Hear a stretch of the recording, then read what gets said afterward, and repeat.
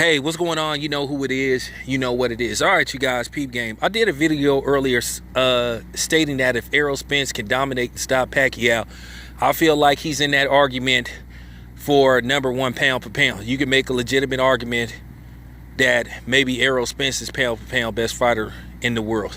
You know, whether you like it or not. We can agree, we can disagree. Now, before I continue with this video, I'm gonna make this very clear. Disrespect towards any fighter will be not tolerated. You can disagree with me, and that's fine, but no name calling, none of this stuff about promotional companies. All we're talking about is the fighters and their skills, and that's pretty much it. No personal shit. Leave that out of here, okay? If you can't have a dope conversation with me and some of the other people in the comment section, then you need to stay the fuck off of here, because I'm kind of getting tired of all this name calling. At the end of the day, most of us is over 21 and we're old enough to drink. So let's have some adult conversation. Let's act like adults. It's okay to be a fan, but not a fanboy, okay? And at the end of the day, this is my channel. I control this. I make the rules.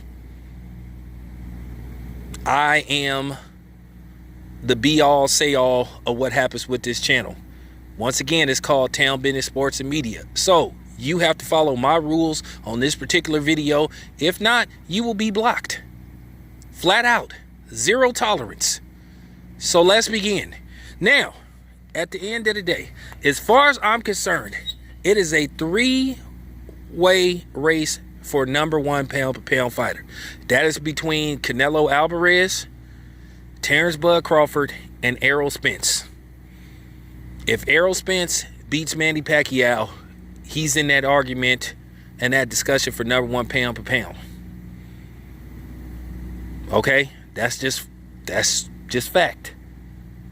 If Terrence Crawford defeats Sean Porter, and that's a big if, and if he's able to stop Sean Porter, do something that nobody's ever done, then Terrence Crawford has a extremely legit argument that he's #1 pound per pound.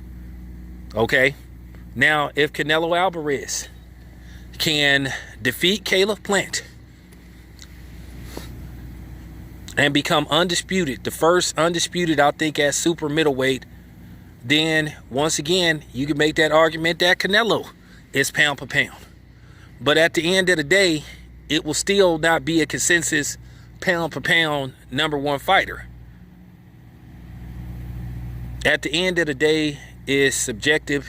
It's really based off opinion. Because I can't tell you the same way you can't tell me if I think Bud is #1 or Canelo is #1 or even Errol Spence. You don't have the right to tell me, hey, I'm wrong.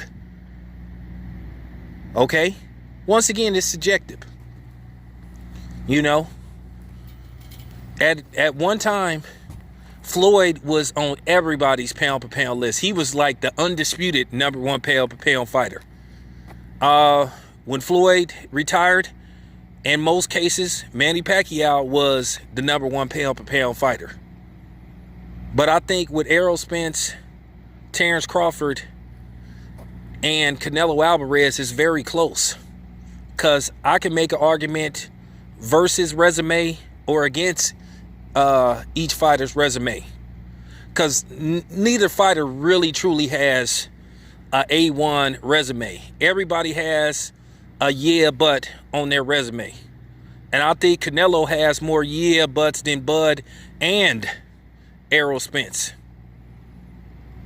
But at the end of the day, Canelo is kicking ass, and at the end of the day, whether we like it or not, the funny thing is, some people will never anoint Canelo Alvarez a #1 pound per pound fighter, because we all know that he tested positive for a banned substance.